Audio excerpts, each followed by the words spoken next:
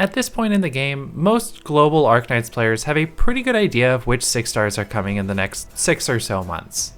The degree of knowledge might differ person to person. Maybe you're all in and have read early translations of stories. Maybe you've just looked at kits and designs enough to know who you want to pull for. Or maybe you've miraculously avoided spoilers altogether. But what doesn't get nearly as much attention are the 5 stars that you'll more than likely end up with along the way. Now, maybe not all 5 stars are worth building, but it's hard to know for sure without digging through the wiki yourself. So, let me do the digging for you. Though, before we get started, I want to talk about how I'm going to analyze these units, because it turns out it's really hard to evaluate 5 stars. Most of the time, you don't raise a 5 star for strictly the same reasons you do a 6 star, so evaluating them on the same terms just misses the point. Like, on one hand, most of the time you build a 5 star, it's not because they're meta, and to measure them against the top tier 6 stars is pointless. Like, even if you raise someone like Cruce Alter, who does do good damage, and plenty more besides, comparing her to, like, Exualt wouldn't get across what she's all about, or tell you whether or not she's worth building. But at the same time, while you might be raising them because they're fun or something, you still don't want them to be totally useless. So you can't totally exclude how they perform either. So instead of just a tier list type system, or letter grades or something, I'm going to place each of them on a graph where I chart how fun I think they are versus how impactful they are. Now, those are both pretty subjective, but this is how I define them. Impactful is probably the clearer one, and to me comes down to 2 main things. 1, will they do the job you ask them to do? And 2, will you be able to notice their contribution? For fun, I'm going to obviously be a bit biased towards the way that I play the game. For me, a fun unit is similarly defined by 2 main things. 1, are they unique? So, can they do things that other units, or at least other 5 stars can't? And do they have more than one way of playing them? Or are they always going to be doing the same thing the same way no matter where you use them? And 2, are they active? While AFK skills are definitely useful, I don't find them especially fun. I personally love units with weird gimmicks to play with, or with deployable summons or quick skill rotations. And I think both of these things are really important for 5 stars. If you wanted to use units where you don't have to think and can just AFK or overpower your way to victory, you wouldn't be building a 5 star in the first place. But these 2 measures create 4 categories: fun and useful, fun and mid, boring and useful, and boring and mid. And while I won't be using all of these categories in this episode, I've included an example for each, so hopefully you can have a sense of what I mean with them. And this is still kind of vibes based, but hopefully as I talk about how their kits work, you'll be able to get a sense of them for yourself, even if you disagree with my conclusions on them. But anyway, I've gone on for long enough and we still haven't gotten to the units themselves, so let's get into it.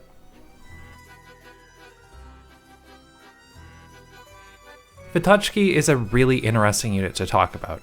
Not just because of her kit, though it is a good one, but well, power creep and 5 stars often go hand in hand, but it's not usually the 5 stars that are doing the power creep. And yet, Vetochki, our second 5 star juggernaut, feels like a direct attempt to modernize her predecessor's kit. This starts with her talent, which lets her recover a large percent of her HP whenever one of her skills ends. Her mod upgrades this, first improving her trait to give her a 15% damage reduction from enemies that she's blocking, and then going further to improve that healing and give her extra defense on skill, which all goes a long way to making sure she lives long enough to reach that healing. Now already, if you're familiar with Vulcan, this will sound familiar. In fact, even before I get into how their talents play out, they both have the exact same mod branch and stats that they get from their mods, which admittedly, I only noticed fairly late into writing this up, and after seeing all the other similarities, genuinely made me stop and laugh. Like, they are not being subtle with the comparison here. But, well, Vulcan's talent, post-mod, lets her heal at the start of her skill, gives her a percentage of physical melee dodge, and gives her healing throughout her skill. So, both have 1, healing tied to their skill, and 2, extra survivability tied into that skill. However, just at face value, this doesn't seem like an upgrade yet. Like, even just looking at the big heals, healing at the start of a skill gives you much more flexible control over a unit than needing to activate it however many seconds before you'll actually need the healing. And healing and dodge during a skill seems better than the plus 18% defense that Vetochki would get from her level 3 mod. But both of these talents are tied closely to the unit's skills, so we have to talk about those two before we judge one way or the other. And this really turns the comparison on its head. Again, on the surface, these are very similar skills. For both, their main skills are their S2s, and on these skills, both get the exact same additive attack boost. Both can attack all blocked targets, and both get some extra survivability from their skill. For Vulcan, that's even more healing, with each of her attacks restoring another 10% of her HP. And while this section isn't about Vulcan, that's a lot of healing. 10% per attack, plus 4% per second, plus 60% on skill activation, not to mention the 25% physical melee dodge, and so long as she can't get one-shot, she'll probably survive just about anything. However, this also gets to the point where almost every single aspect being focused on healing kind of gives you diminishing returns. Because even if she didn't have the extra heal for every attack she makes, she'd probably already be out healing most threats. Meanwhile, her only other form of survivability is not only RNG, but conditional RNG, with her 25% dodge chance being limited to physical melee attacks. If it's ranged or arts or law helper both, well, let's hope that healing is enough, especially since that mod trait change is only for blocked enemies as well. Vetochki, on the other hand, feels a lot more modern in her approach. For one, she's just straightforwardly better offensively. Yes, she gets the same attack boost, and can attack enemies equal to the number of her block count, just like Vulcan. But Vulcan loses a block on her S2 and has her attack interval slowed, meaning Vetochki just hits more enemies with a better DPS. Meanwhile, her defensive options also feel a lot more modern. For one, gone is the RNG. Instead, she gets an additive defense boost, which works well with her archetype's high stat pool, on top of inflicting Frighten on all surrounding enemies for 5 seconds upon skill activation. Now, that's one of the two most confusingly named statuses in AK, but it's Frighten, not Fear. So, the Dagenbrecher status, not the Nymph status. These changes are already nice. The Frighten goes a long way to letting her make it through her skill to get to that heal at the end of it. And unlike a conditional dodge, is highly controllable to let you really get the most out of it, letting you not only do things like attack canceling on enemies with long attack intervals, but also because it affects all enemies around her, and not just those she's blocking, it lets her give some support to surrounding lanes. Plus, the extra defense along with the damage reduction from her mod makes her an absolute unit. But still, the on-skill survivability is kind of a split decision between the two. While I think the more modern approach with Vetochki will feel better than what Vulcan may get, along with giving you more strategic options, if it were just this, it would be, at best, a narrow upgrade, if not an outright side grade. But I've kind of buried the lead here. The biggest difference between the two is, by far, their skill rotations. Vulcan gets hers 10 seconds after her deployment, and it lasts for 30 seconds. And then she has to wait 50 seconds to get the DP for her next activation. That's 50 seconds with no extra offense or defense to keep her up. 50 seconds where you just have to hope she can survive, and that her base stats are enough for her to take out anything that comes her way. And, okay, yeah, you can use a bard or something to help support her, but the whole point of Juggernauts is to be self-sufficient. They don't use medics because they're not supposed to need them. They're 30 plus DP because they're supposed to cover all aspects of holding a lane. Vetochki, on the other hand, has only 18 seconds between skill activations. And yes, her skill is much shorter as well, and she doesn't get her healing until the skill ends. But on skill, she is much more equipped to handle whatever may come her way than Vulcan is without it. Especially considering that her Frightened duration covers a full third of her skill, and almost a sixth of her total time on the field. Plus, this rotation gives you a lot more flexibility with how you use her kit as well, letting you be more proactive with how you use the Frighten or time her heals. Because even if she may not have that many enemies on her at the time, she'll have it back quickly enough to be ready for the next wave. Like, to show how different these rotations are, Vetochki has time to charge her skill from 0 DP, use it, and charge it again in the time it takes Vulcan to charge her skill once. Anyway, as you can probably tell, I think she's a pretty good unit, and I think she's a pretty fun one too. Like, as a 5-star enjoyer, it's nice to see them be a little bit more generous with letting 5-stars have access to different mechanics like Frighten. Too often, we just get 5-star mid DPS unit number 257, so to see them give her access to something like this really makes her stand out, especially as a 5-star. That said, she's not a perfect unit either. The main downside is honestly her DP cost, as it always kind of is for Juggernauts. While I think there's a lot to like about her kit, and if you want to use her, you can definitely enjoy her, that's a pretty big DP cost for what she brings to the table. Not an insurmountable barrier to using her, but you'll definitely want to make sure you bring a Vanguard with you. You know, maybe even one who specifically buffs defenders and reduces their DP costs.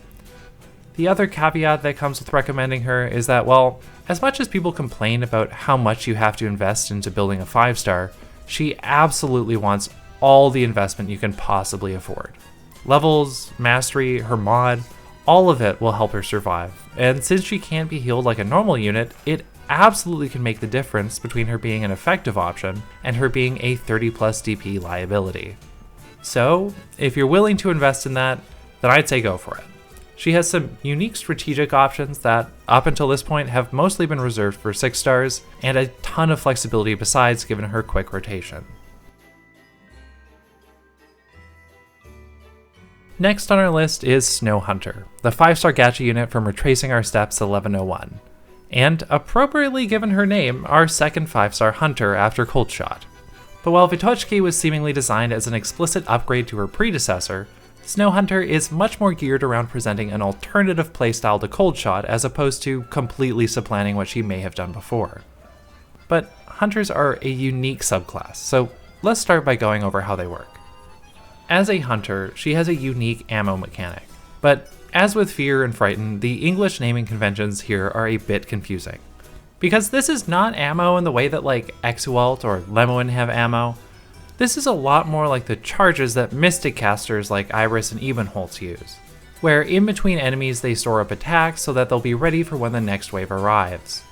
But whereas Mystic casters will use all of their charges all at once and can still attack without any stored charges, Hunters use their ammo one at a time, and once they're out, they'll need to reload a shot before they can attack again.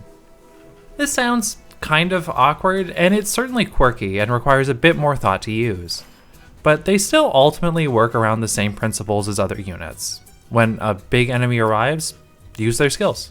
So to me at least, it's a nice sweet spot. They're always going to contribute something to the fight, but the more experience you have with them, the more you'll be able to flex that experience to get even more out of them. But what about Snow Hunter specifically? Well, she goes about her work in a pretty unique way compared to Ray and especially Cold Shot.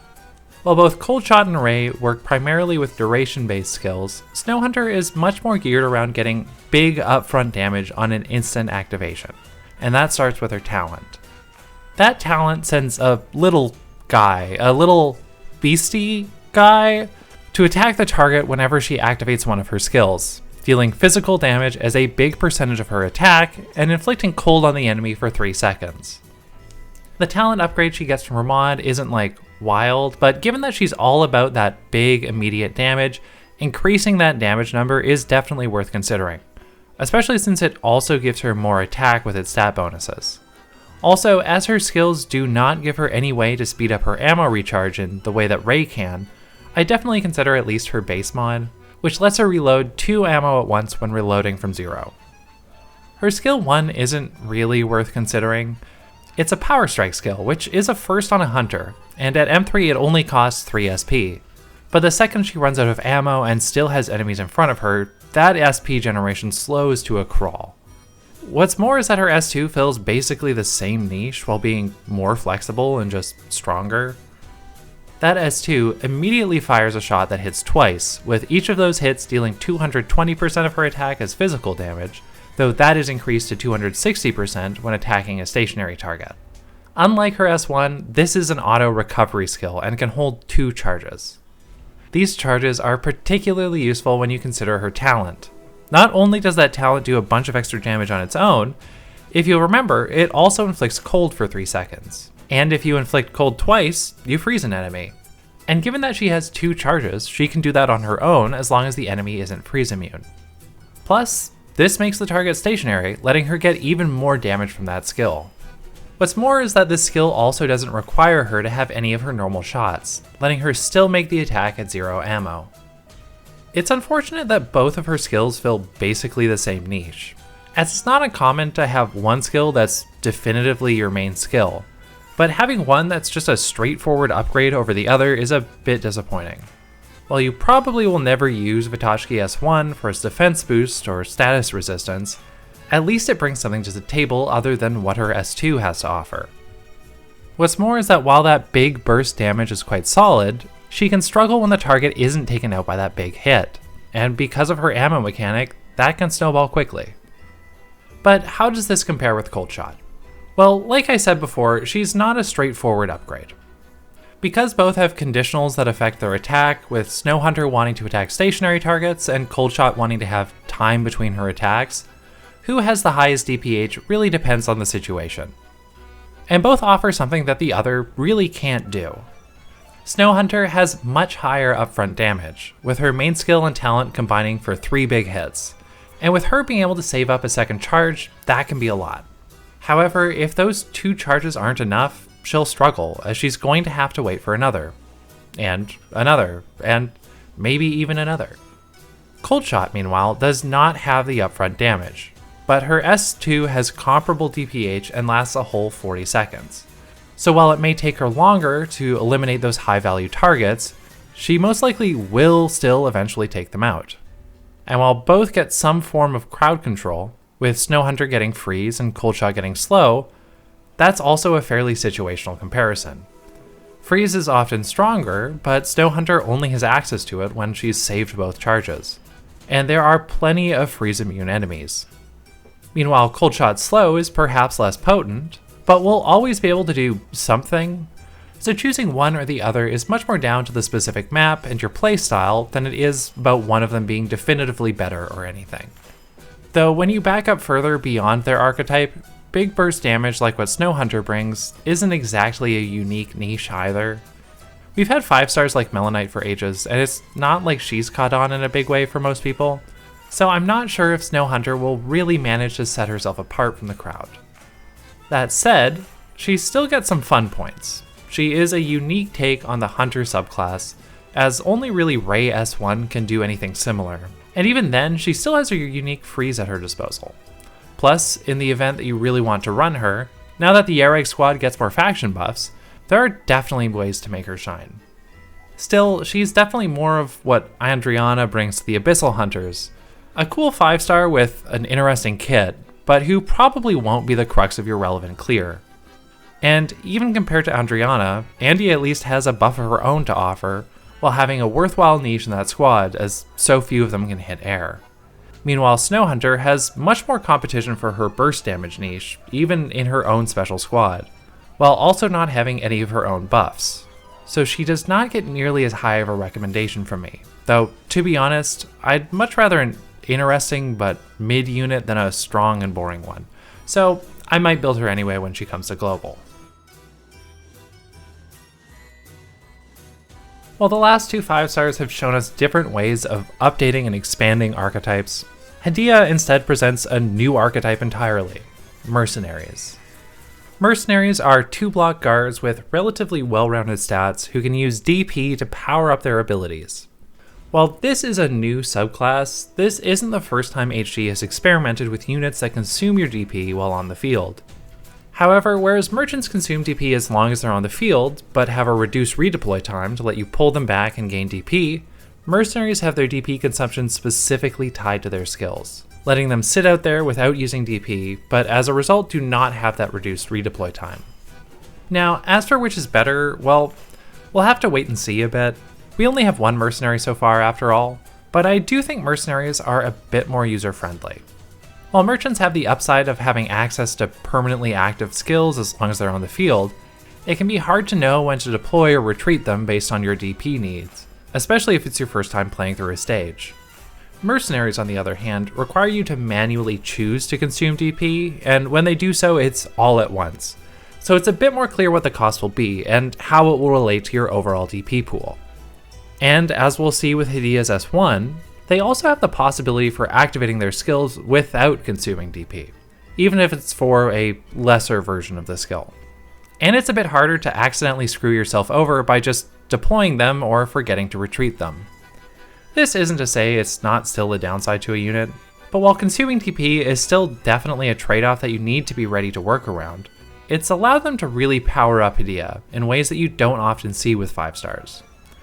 Hadiya's talent works directly with this DP mechanic, stating that whenever she consumes DP, whether from being deployed or through her skills, she stuns nearby enemies for 2 seconds and increases her attack by 5%, with this attack increase stacking up to 5 times. This is a really nice talent.